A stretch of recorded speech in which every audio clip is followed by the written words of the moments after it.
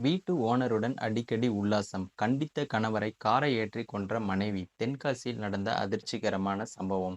நமது சேனல்ல பார்த்தீங்கன்னா, தினமும் பல்வேறு விதமான கிரைம் தொடர்பான நியூஸ்கள உடனுக்குடன் அப்லோட் பண்ணிக்கிட்டு வந்துட்டு இருக்கோம். உங்களுக்கு இது போன்ற நியூஸ்ல ஆர்வம் இருக்குன்னா, மறக்காம நமது சேனல சப்ஸ்கிரைப் பண்ணி தொடர்ந்து வீடியோவ ஃபாலோ பண்ணுங்க. தென்காசி மாவட்டம் பாவூர் சத்திரம் அருகே மேலப்பட்டமுடையார்புரம் தேவ கோயில் தெருவைச் சேர்ந்தவர் வேல்துரை. இவருக்கு 43 வயதாகுது.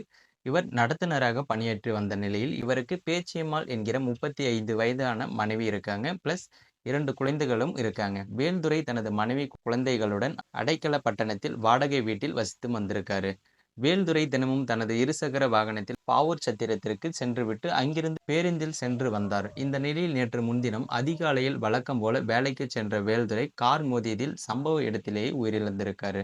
இந்த விபத்து குறித்து போலீசார் நடத்திய விசாரணையில் பல அதிர்ச்சிகரமான தகவல்கள் வெளியாகியிருக்கு.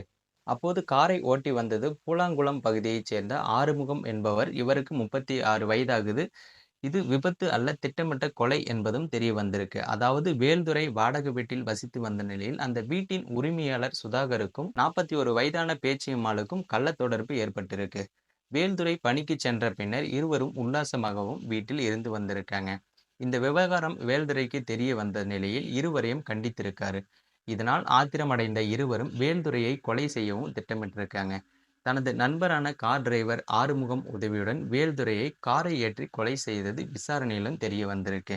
இந்த கொலை வழக்கில் பார்த்தீங்கன்னா, சுதாகர், பேச்சியம்மாள், ஆறுமுகம் ஆகிய 3 பேரையும் போலீசார் கைது பண்ணி இப்ப சிறையிலும் அடைச்சிருக்காங்க. இந்த சம்பவம் பார்த்தீங்கன்னா, அந்த பகுதி மக்களிடையே பெரும் பரபரப்பையும் சோகத்தையும் ஏற்படுத்தியிருக்கு. மேலும் இது போன்ற வீடியோக்களை உடனுக்குடன் காண மறக்காம நமது சேனலை சப்ஸ்கிரைப் பண்ணி தொடர்ந்து ஃபாலோ பண்ணுங்க.